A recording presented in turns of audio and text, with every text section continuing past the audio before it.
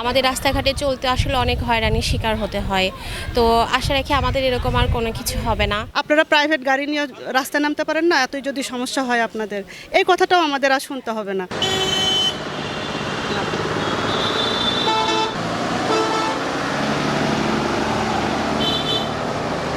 মহিলা bus service চালু হওয়াতে অনেক ভালো হইলো আমাদের জন্য, কারণ আমরা কোনো ইফটিজিংয়ের শিকার হব না, হ্যারাসমেন্টের শিকার হব না। আমাদের বাসে যেহেতু সবাই মহিলাই থাকবে, ইনশাল্লাহ আমরা ভালোভাবে যাতায়াত করতে পারবো এক জায়গা থেকে অন্য জায়গায়। আশা করতেছি আলহামদুলিল্লাহ সব কিছু মিলিয়ে ভালোই লাগবে। আসলে খুবই ভালো লাগছে, মেয়েদের জন্য এটা অনেক বড় একটা কিছু। এটা অনেক আগেই হওয়া উচিত ছিল মেয়েদের জন্য।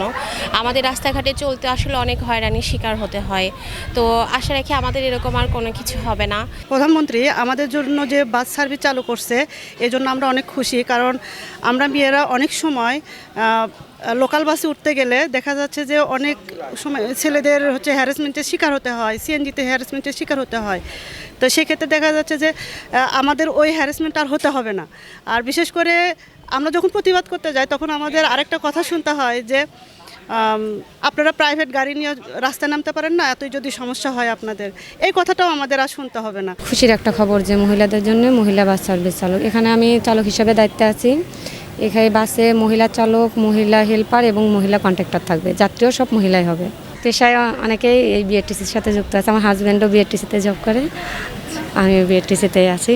ভালো লেগেছে, আমাদের অনুভূতিটা ভালো ছিল এবং চালকও ভালো ছিল। আলহামদুলিল্লাহ আমরা সেফলি চলে আসছি। আমরা মহিলা যারা সিঙ্গেলভাবে যাতায়াত করি বিভিন্ন জায়গায়, তো আমরা নিরাপদে এবং আমরা বিভিন্ন প্রকার যে হ্যাসেল মানে তাড়াহুড়ো করে ছেলেদের সঙ্গে শেয়ার করতে হয় সিট, ওইটা থেকে আমরা এখানে কমফোর্টেবলভাবে এবং সেফলি উঠতে পারবো। এটা তো বিএনপি সরকার একটা প্রতিশ্রুতি ছিল যে মহিলারা আগামী দিনের বিভিন্ন রকমের সুযোগ সুবিধা পাবে, কর্মসংস্থানের ব্যবস্থা হবে, সেটারই ধারাবাহিকতা হিসেবে এই মহিলা সার্ভিসটা চালু হয়েছে।